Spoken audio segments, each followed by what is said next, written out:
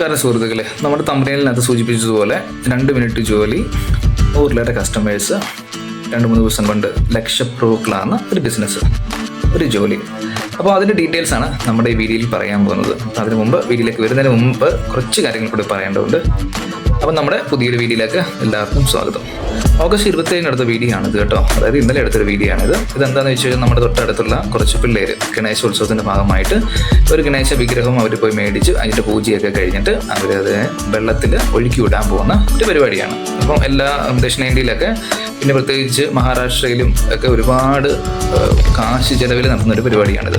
അപ്പോൾ ഇത് കൊച്ചു പിള്ളേരുടെ ഒരു പരിപാടി ആയതുകൊണ്ട് അവർ ഒരു 5000 രൂപയ്ക്ക് ഒരു കളക്ഷനൊക്കെ ഒപ്പിച്ചെടുത്ത് അങ്ങനെ ഒരു ഗണേശ വിഗ്രഹം മേടിച്ച് അതിനെ അമ്മമാരുടെ തന്നെ ഒരു വണ്ടിക്കകത്ത്, കളിക്കുന്ന ഒരു വണ്ടിക്കകത്ത് ഇവന്മാർ കൊണ്ടുപോവുക. അപ്പം ഞാൻ നമ്മുടെ അടുത്തുള്ള പിള്ളേരൊക്കെ ആയതുകൊണ്ട് ഞാൻ അവരുടെ കൂടെയൊക്കെ ഒന്ന് പോയി എന്താ പരിപാടികളൊക്കെ ഒന്ന് കാണാനായിട്ട്.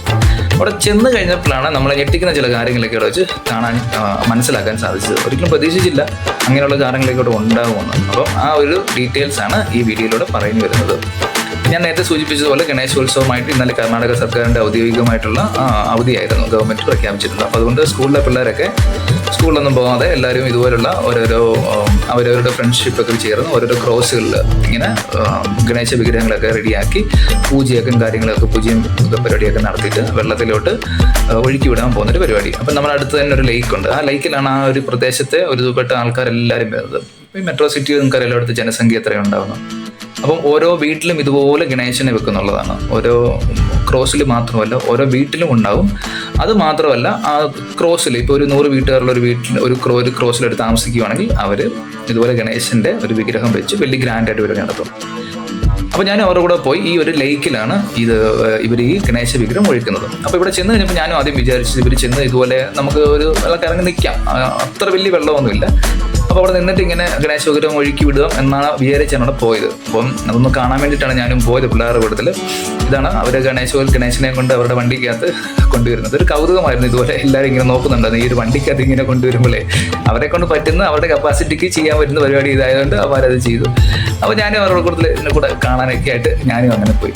അവിടെ ചെന്നപ്പോഴത്തേക്ക് തന്നെ അവിടെ ഒരുപാട് ഫാമിലി, ഒരു 10-30 ഫാമിലി തന്നെ ഉണ്ടായിരുന്നു. ഇതുപോലെ ഗണേശ വിഗ്രഹം വീട്ടിലെ പൂജയൊക്കെ കഴിഞ്ഞിട്ട് അവർ വെള്ളത്തിൽ ഒഴുക്കി വിടാൻ വേണ്ടി ഇവിടെ വന്നു കഴിഞ്ഞപ്പോഴാണ് എനിക്ക് വേറെ കാര്യം മനസ്സിലായത്. എന്താണെന്ന് വെച്ചിട്ട് ഇവിടെ കുറച്ച് 2-3 പേരോട് നിൽപ്പുണ്ടായിരുന്നു. ഈ നാട്ടിൽ തന്നെ ചെറുപ്പക്കാരായിട്ടുള്ള പിള്ളേർ. അപ്പം അവർ എന്താ പറയുന്നത് വെച്ച് കഴിഞ്ഞാൽ ഈ വിഗ്രഹം അവർ മാത്രമേ ഒഴുക്കാൻ സമ്മതിക്കത്തുള്ളൂ. അതായത് ഇപ്പോൾ ഞാനൊരു വിഗ്രഹം കൊണ്ട് പോയെന്ന് പറഞ്ഞാലും എനിക്ക് ആ വെള്ളത്തിൽ നേരിട്ട് ഒഴുക്കാൻ പറ്റില്ല. അവരെ അത് ഒഴുക്കാൻ സമ്മതിക്കുകയുള്ളൂ.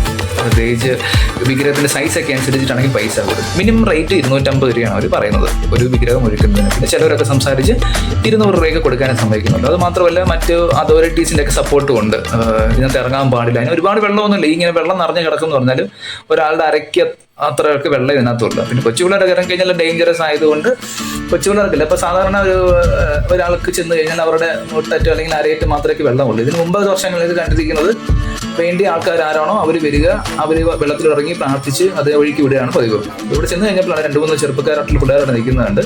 അവന്മാർ മാത്രമേ ഇത് ഒഴുക്കാൻ സമ്മതിക്കത്തുള്ളൂ. അതായത് അവന്മാർ ഒഴുക്കുവാണെങ്കിൽ അമ്മമാർക്ക് കൊടുക്കേണ്ടത് 200 രൂപ 250 രൂപയാണ് കൊടുക്കേണ്ടത്.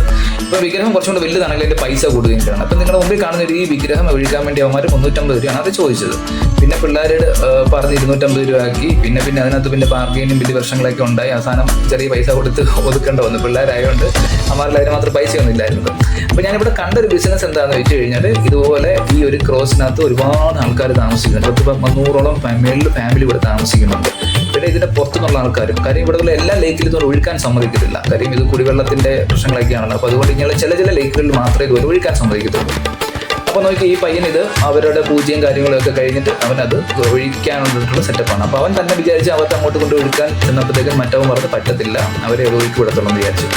അപ്പോൾ ഇവൻ വിചാരിച്ച് എന്താണെന്ന് വെച്ചാൽ ഓക്കെ അയാൾ ഒഴുക്കി വിടുകയാണെങ്കിൽ പൊക്കോട്ടെ, അവരോട് നിന്ന് സൈഡിൽ നിന്ന് പ്രാർത്ഥിക്കാൻ വേണ്ടിയുള്ളവരോടൊക്കെ തുടക്കി. അപ്പോൾ ആ ചെറുക്കൻ വന്ന് മേടിച്ച് അവനെ പതുക്കെ ആ വെള്ളത്തിനകത്ത് ഇറങ്ങി പോവുകയാണ്. അവൻ ഇറങ്ങി പോയിട്ട് ഈ ഇത് മേടിച്ച് ഗണേശ വിഗ്രഹം മേടിച്ച് ഒഴുക്കി കഴിഞ്ഞപ്പോഴാണ് അറിയുന്നത് ഇതിന് പൈസ കൊടുക്കണമെന്നുള്ള കാര്യം. അങ്ങനെ മറ്റു പലരും ഇത് അറിയുന്നത് ഒഴുക്കി വിട്ടതിന് ശേഷം അവർ പൈസ ചോദിക്കുമ്പോഴാണ് നമ്മൾ അറിയുന്നത് ഇവർക്ക് പൈസ കൊടുക്കണം എന്നുള്ളത്. അപ്പോൾ ഞാൻ അവിടെ ചെന്ന സമയത്ത് തന്നെ 10-30 ഫാമിലീസ് ഉണ്ടായിരുന്നു. അതിനകത്ത് ഇപ്പം ഓരോ ഫാമിലിയിൽ 3-4 ഒക്കെ ഗണേശ വിഗ്രഹമാണ് അവർ ഒഴിക്കുന്നത്. അപ്പോൾ അതിനനുസരിച്ച് പൈസ മേടിക്കും. 300 രൂപ 350 രൂപയ്ക്കാണ് അവർ മേടിക്കുന്നത്. ഇതുപോലെ ഇറങ്ങി നിന്ന് കാണാൻ പറ്റും. അയാൾ നിൽക്കുന്നതിൻ്റെ മുട്ടറ്റം വരും, അരയറ്റം മാത്രമേ വേറെ വെള്ളമുള്ളൂ. അപ്പം അതോറിറ്റീസ് ഒക്കെ പറയുന്നത് വേണ്ട, ആർക്കും ഇറങ്ങാൻ പാടില്ല. ഇതൊക്കെ ഒരു അഡ്ജസ്റ്റ്മെന്റ് ആണ്, അങ്ങോട്ടും ഇങ്ങോട്ടും ഒക്കെ ഉള്ളൂ. ഈ ഓണത്തിനിടയ്ക്ക് പൂട്ട് വെച്ചിടോ എന്ന് പറയുന്ന പോലെ ഇതാണ് ഇവിടുത്തെ പരിപാടി. ഇതുപോലെ ഒരു ദിവസം എത്രയോ ആൾക്കാർ ഇവർ മാനേജ് ചെയ്യുന്നറിയോ. ഞാനിവിടെ നിൽക്കുമ്പോൾ തന്നെ 10-30 ഫാമിലീസ് അവിടെ നിൽപ്പുണ്ടായിരുന്നു. വൈകിട്ട് രാത്രിയും 2 മണിക്കും 3 മണിക്കും ഒക്കെ ഇതുപോലെ പടക്കമൊക്കെ പൊട്ടിച്ച് പോകുന്ന ഒച്ച നമുക്ക് കേൾക്കാം. ട്രാക്ടറിന് അതൊക്കെ വലിയ വലിയ ഗണേശനെ കൊണ്ടുപോയിട്ട്. അപ്പോൾ ഒരു ദിവസം ഇവന്മാർ ഇങ്ങനെ സമ്പാദിക്കുന്നത് 20,000 രൂപയാണ്. ഏറ്റവും ചെറിയ പൈസ 200 രൂപ വെച്ച് കാൽക്കുലേറ്റ് ചെയ്ത് കഴിഞ്ഞാൽ 5 ദിവസം കൊണ്ട് ഇവന്മാർക്ക് അടിക്കാം ലക്ഷങ്ങൾ. പിന്നെ ഞാൻ പറഞ്ഞ പോലെ ഇതിന് ഗണേശ വിഗ്രഹത്തിൻ്റെ ഇത് കൂടുതലാണെങ്കിൽ പൈസയും പിന്നെ കൊടുക്കും. ഇതൊക്കെയാണ് ഓരോ നാട്ടിൽ നടക്കുന്നത്.